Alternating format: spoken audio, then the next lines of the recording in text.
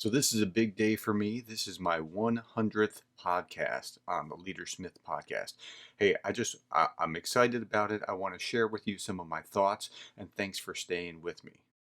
In a world of incompetent bosses, micromanagers, and petty tyrants, you are listening to The Leadersmith. Now, here is your host, Darren Gerdes. So welcome to the 100th episode of the Leadersmith Podcast. I'm going to do something a little bit different. Every episode is geared toward leadership, but here what I want to do is something a little different. I want to talk about what I've learned from 100 podcasts so that there are some of you that are listening to this that need to start a podcast. Like this is something that's been on your mind. You've been thinking about it, but hopefully I'm going to push you off the fence or lead you off the fence gently, but just by giving you some of my experience. So let me explain what's happened to me, and hopefully you can translate that to your world. So the first thing is I started in that first episode and I said, and when I started, it felt so weird. Okay, when I started on that first episode, it just felt like I was being a fake, like I'm a fraud. Now I teach. I teach. I'm a professor. I speak for a living, so it's not an abnormal thing to speak, but to be a podcaster, I wasn't, and so it felt very strange. At any rate, so I got in that first episode and I started talking about it. I was like, look, I'm going to talk about all things leadership. It'll probably be mostly business kind of related because I'm an MBA professor, right? But it could be about the family, or it could be about political things or whatever. But everything stayed on leadership, and I thought, what's the worst that can happen? There's nobody telling me that, sorry, it's time to go home now. They're tapping me on the shoulder saying, you're not successful enough. As long as I can do it, I can do it. And so that's really what the bar is. It's pretty low. So I talk about all things leadership, and I have this tagline. I want you to become the kind of leader that you would want to follow. And I say that in almost every episode. That's my goal. I keep focused on that. So I would urge you to stay with some focus from wherever you start on whatever the topic is. Stay focused. Okay, the second thing is start. Just start. If this is something that you want to do, get going on it. The quality will improve over time. Research and learn about it and whatever, but start. Do what you think is inherently interesting. Okay, so I have a example. Episode 4 is about the Hulk and Billy Graham and how their success models are very similar. Okay, Stan Lee creating the Hulk and how Billy Graham created his path. They're very similar. It's episode 4. Probably didn't get a lot of play because nobody knew me at the time, but it's great. I found it fascinating because, well, I explained it. I wrote it. I mean, I did the thing, but I found it fascinating. I would talk about Dick Winters, the major from Band of Brothers in D-Day. I would talk about articles from Inc. magazine. My favorite leadership story is episode 69. If you've never heard me before, go immediately after this to episode 69 and then decide whether you want to listen to anything else that I ever have to say. So do what you think is interesting, and it'll go a long way to doing what you need to be done. I mean, it'll be authentically you. Find what works. Some people, all podcasts are interviews. Some people, it's all about them. I do a mix of it, but it's not so much interviews because I have a lot to say because this is what I do. I mean, I've been teaching since 1999, 98, something like that. And so I've accumulated a lot to talk about over time. This is what I do in life. This is just a different format for me. But if you're doing interviews, if you don't have much to say yourself, that's okay. You can interview other people who have a lot to say. I'll come on your podcast if you're wanting to talk about leadership and you need to get going. So my problem is just the opposite of most young people putting together a podcast. They understand the technical side and they don't have a lot to say. I don't understand the technical side, so I had a learning curve with that. Now, I created different sub-formats along the way. So it's not just interviews. In fact, I only have about 15% interviews. But I have different, categories of, this week this episode is Read to Lead because I'm talking about a book that you ought to read, or Twitter Tuesday, which was a surprising hit. I mean, it was just something where I was thinking, hey, what if I go out on Twitter and I think about, let's find out what people are saying about leadership and then we'll talk about it. And it was a big hit. People really liked it for some reason. I just thought, oh, what's the worst that can happen? And so now I'm on like my 17th Twitter Tuesday.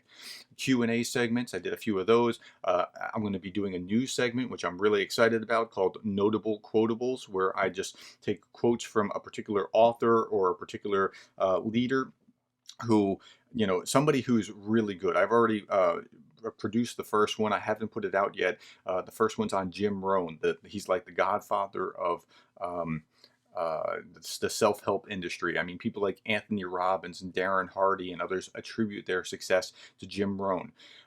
And so I scoured all the quotes I could find by Jim Rohn, and then we talked about him. So that's a new segment that I'll be doing in the future. I'd like to do more Q&A, and maybe I'll do a live call-in show. I think that would be exciting, but I'm just not there yet. Okay, so find out those things that work for you. That's the point of that. A lot of what I do now, remember, everything is focused on leadership. It's leadership, leadership, leadership, leadership, leadership. But we can talk about it like a diamond. It has different facets, and so we can talk about it from different angles. And it would be foolish to talk about leadership and not talk about current events right now. I started this the week after graduation. So, well, when graduation was supposed to be, because of the coronavirus wiping us out. So the week after school got out in the summer, the very first week, and I shot 5 episodes a week, and I did that all summer. And then I'm now down to 3 during the major semester, 3 a week, which is a pace I can live with. And so that's another thing. You want to schedule and be predictable about your schedule. But I'll talk about that in just a little bit. So I started doing that, and current events at that point were things like the coronavirus and then race relations. So I went back and I looked at all 100 episodes, or 99 episodes. This is the 100th, and the coronavirus was 18% of my episodes, something related to the coronavirus and leadership, maybe, working from home and leading in that kind of environment or something along those lines. Race issues was 13%. And then, all through that framework, again, it was about leadership, leadership, leadership, leadership. Interviews, it was about 15% of my podcasts were interviews. And so I had folks like Dr. Scott Pearson, who was a colleague of mine at Charleston Southern. He's now at Palm Beach Atlantic. A buddy of mine that I grew up with in elementary school that got the coronavirus and was telling my audience, this is what it feels like. Here are the signs you got to understand. And he was like intubated and under for 2 weeks, and I'm glad he's still alive. It was a really sketchy kind of situation. South Carolina Representative Josiah Magnuson, he is a representative upstate, and he was on the show. Dr. Mike Zigarelli, who's a professor in Pennsylvania. I had good friends like Jeff Carlucci, who I taught with at Stonebridge School. Brian Miller, I also taught with at Stonebridge School. He is now a missionary in Colombia. He's been there for 24 years. He was talking about how he sells coffee in order to fund his ministry, where he ministers to children and gets pregnant women off the streets that are in prostitution and provides a safe place for them and that kind of thing. We talked with Matt Alexander, who is the co-founder of One World Health. And it was cool to talk to Mike of Mike's Weather Page, and he interviewed and talked about how he got started. And so I got to talk to all these really cool people and interview them.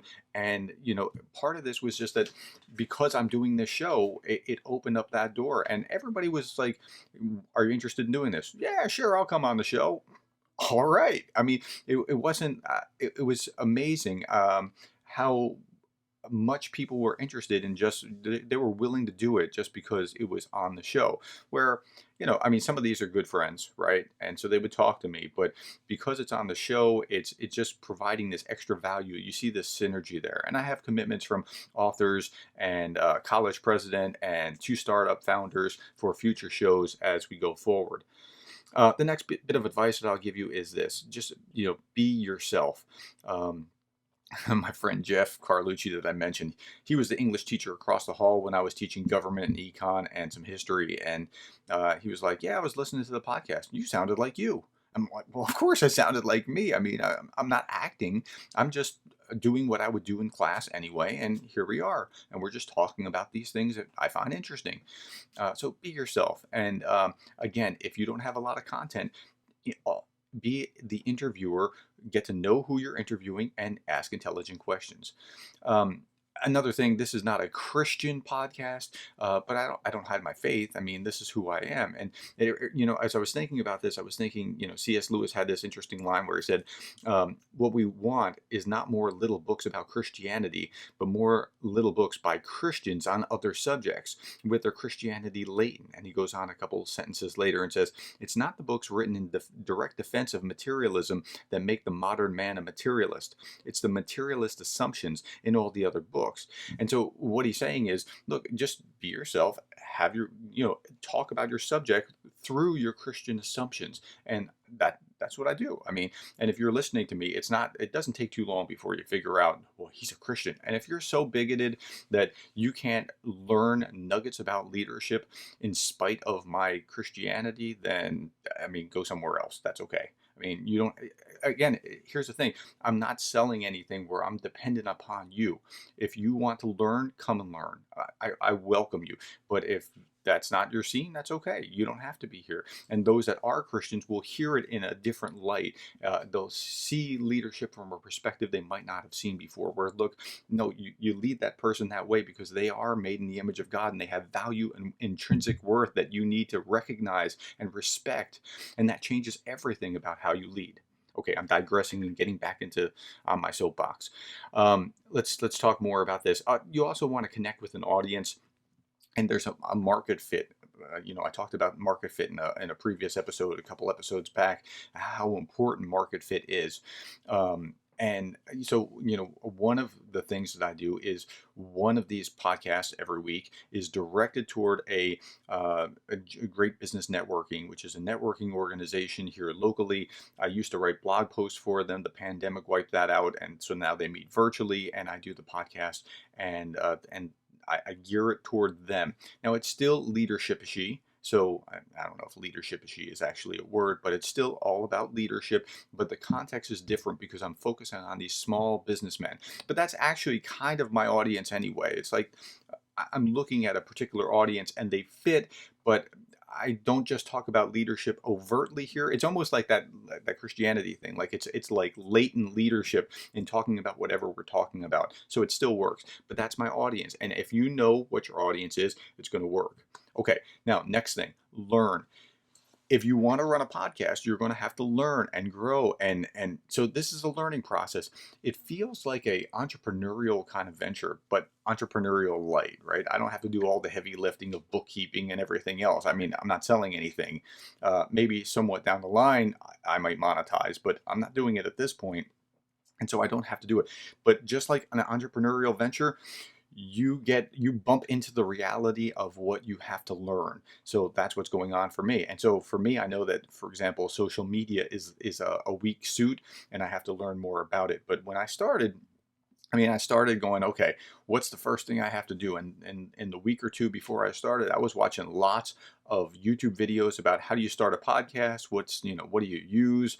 And then there was a lot of trial and error that started. So, I learned after I shot the first episode that, you usually start with a little bit before about the episode and then your music, and then you go into the podcast. So my first episode or first couple of episodes didn't do that, but that's okay.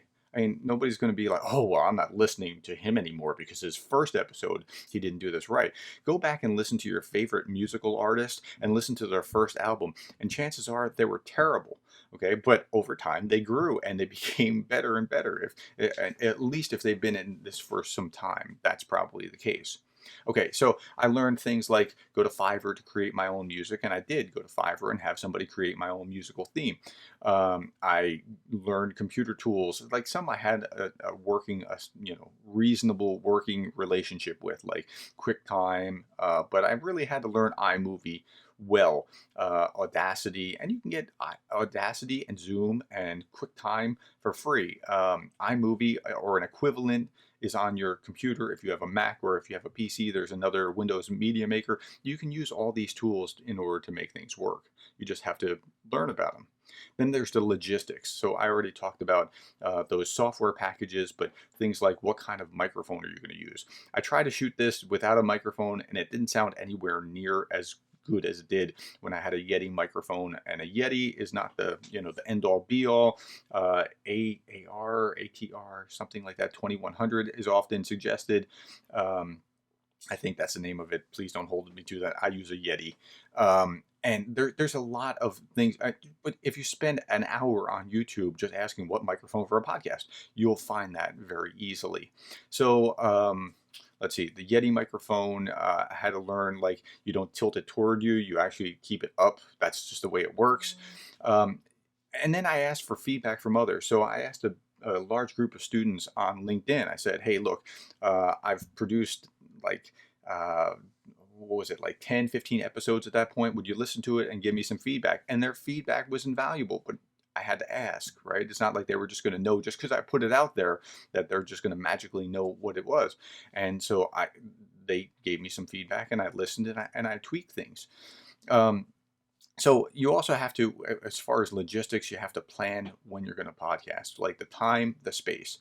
In every episode, I've been in my office. This is my office at home. The background that I put it out in audio and in video, because I record it in video and then I just grab the audio for the podcast. But if you're looking at the video of it, it's the same thing, me talking, maybe with some pictures that I put in, but it's the same thing, and it's in my home office. Now, my home office is great because I can go in here and do this, but you'll also periodically hear my kids scream. So maybe I have to reshoot something, or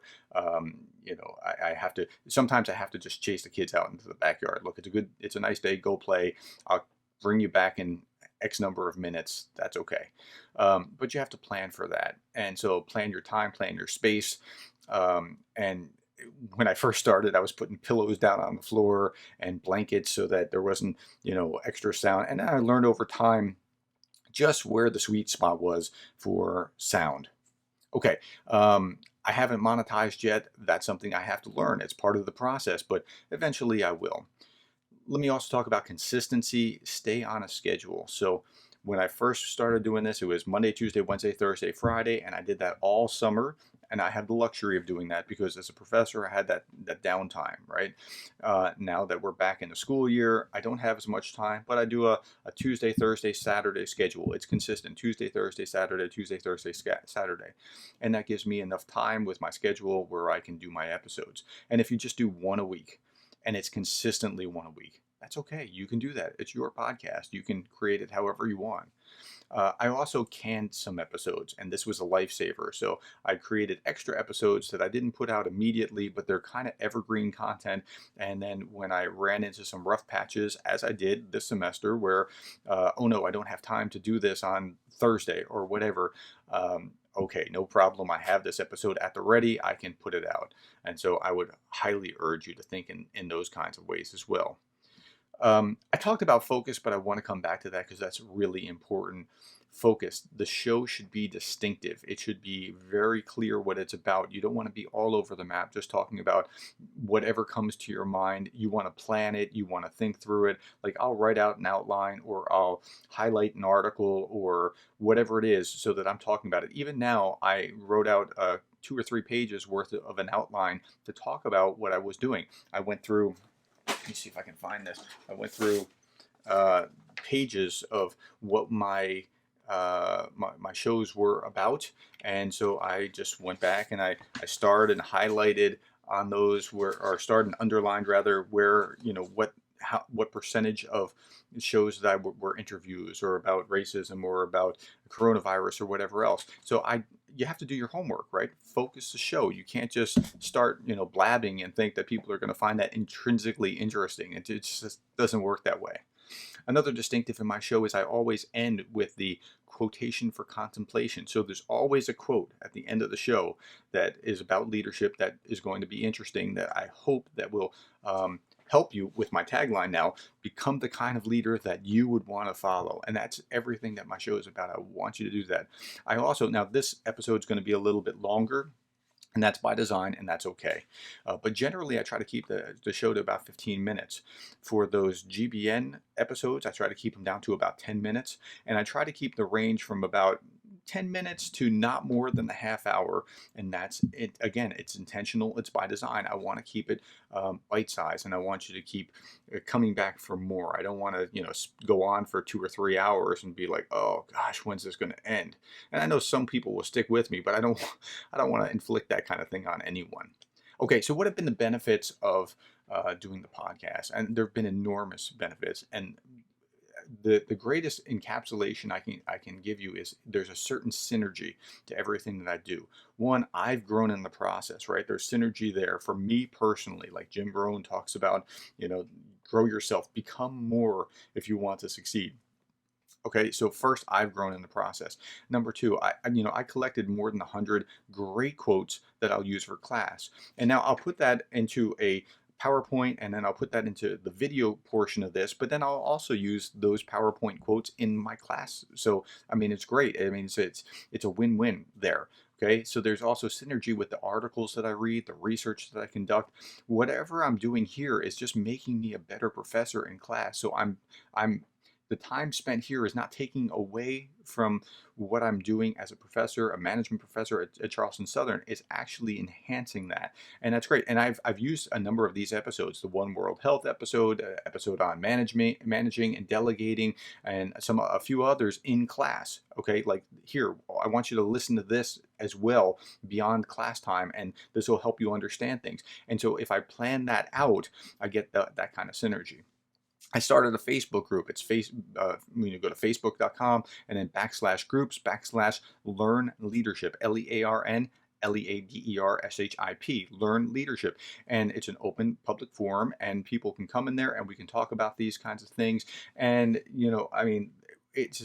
I get ideas from them because I'll ask them questions in the Facebook group, like, tell me about the best leader you ever had, or tell me about the worst leader, or I think leadership is a relationship. Other than relationship, how would you define leadership? And they gave me great answers. In fact, I'm probably going to do an episode just on that question.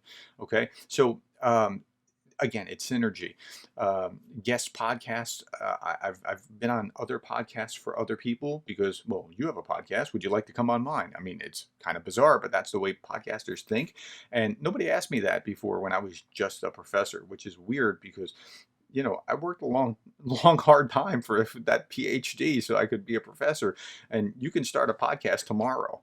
So, but again, there's this weird credibility that comes with having your own podcast. And it feels weird when you're in episode 1, 2, 5, 10, but at episode 100, it's like almost part of an identity at this point. So, and that episode 100 will come quicker than you think.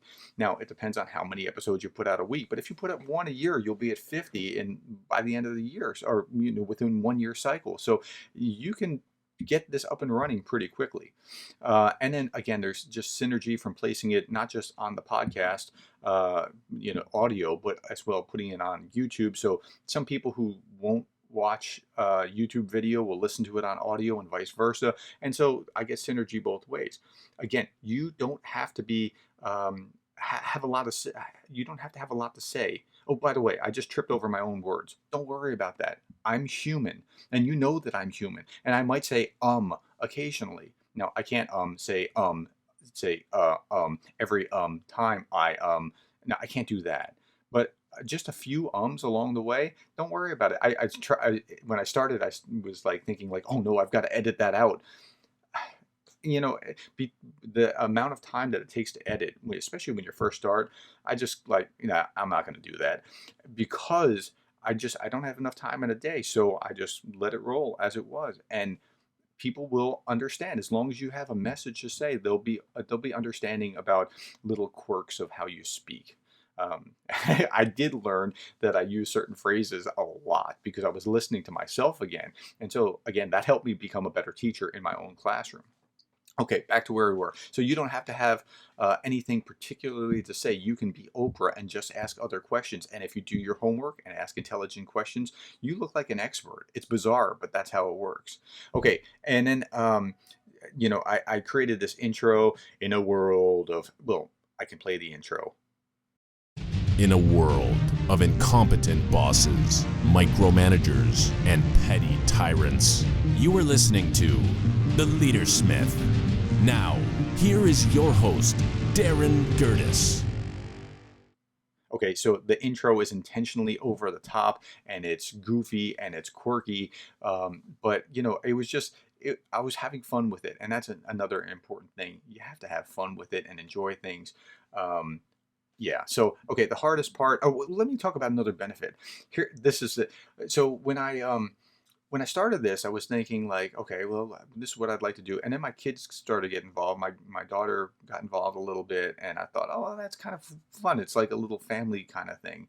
Um, and then I was putting these out, and then at one point I was about episode 70-ish or so, and my son started listening to them. Like, hey, Dad, I'm listening to all your podcast episodes. I'm thinking like, if I did it for no other reason than that my own child is going to benefit from this, it was all worth it, right? I mean, and he's listening to it and learning, and we're having these intelligent discussions about important topics, and it was just wonderful. So there's a lot of synergy that comes to it. The hardest part is getting started. The first episode is the toughest. Just, you got to get out there and do it. So listen to a number of podcasts, hear what it's like, and then do it. Just pull that trigger.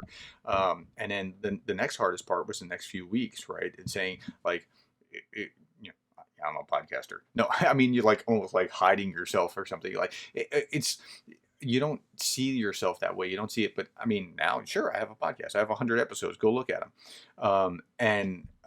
It's different. Learning how to speak to no one is different. Look, like, you just have your camera up, and what kind of camera. I mean, I'm just using my computer. I mean, I didn't spend thousands of dollars for, maybe I should have, right? I mean, you can tell that I haven't spent thousands of dollars, but I didn't spend thousands of dollars on this. And I'm speaking to no one in particular. I'm just trying to explain, but in my mind, I'm seeing particular people, right, that I'm speaking to, that I care about, and I'll talk about that in just a moment. And then you have to learn things like how to edit efficiently, because that can take a long time. It takes time to do the podcast, but then you have to edit it as well. And unless you have a lot of money chasing this, which I would argue you shouldn't be paying for, at least not at first, then you have to do the editing. After a while, you start to see results, and then I have like guests that will agree to come on. They look at the podcast that's there, and they're like, oh, well, yeah, this is a thing, right? And they'll agree to come on, and you get cool guests like a state representative or Mike from Mike's Weather Page. That was fun, and it starts to snowball, where you start to see results, and people start to find it, and you start tracking the statistics as they go up, and it's a lot of fun for that reason. Most important, and I was just alluding to this, you need to know who you want to speak to, right? So I'm speaking to my marketing persona is someone named Jamie. That's could be male, could be female, middle 30s ish, and it doesn't have to be young, but somebody who is maybe in middle management, lower management, but wants to be a good leader. They're hungry to learn how to become that kind of good leader, because they've seen bad bosses and they don't want to do that. That's who I'm speaking to. And if I keep my eye on that and focus on them and how to help them out of their potential problems, I'll be fine. But be you, be authentic, and love your audience. Care about your audience. And this isn't hard for me, because this is like who I see in class when I go to class next week, right? It's the same thing that I'm talking to here. So I already know who my audience is, and so that's very easy for me. In retrospect, I have built a library now of, this is my 100th episodes I can be pretty proud of. And if you're interested in, if you want to look at the other episodes, please do. If you don't know how to find this for some reason, you only are listening to this one, and just Google Leadersmith Podcast, and you can find it on audio, and you can also find it on YouTube as well. And so that's it. And I'm going to stay within my half-hour limits, because that is part of my platform. So I'm going to end with the quotation for contemplation, because that's what I always do. And here we go with the quotation for contemplation for today. It is by Zig Ziglar. He said this: you don't have to be great to start, but you have to start to be great. Hey, thanks for listening. I really appreciate it. Check out the other episodes. Start with number 69, and I hope that helps you become the kind of leader that you would want to follow.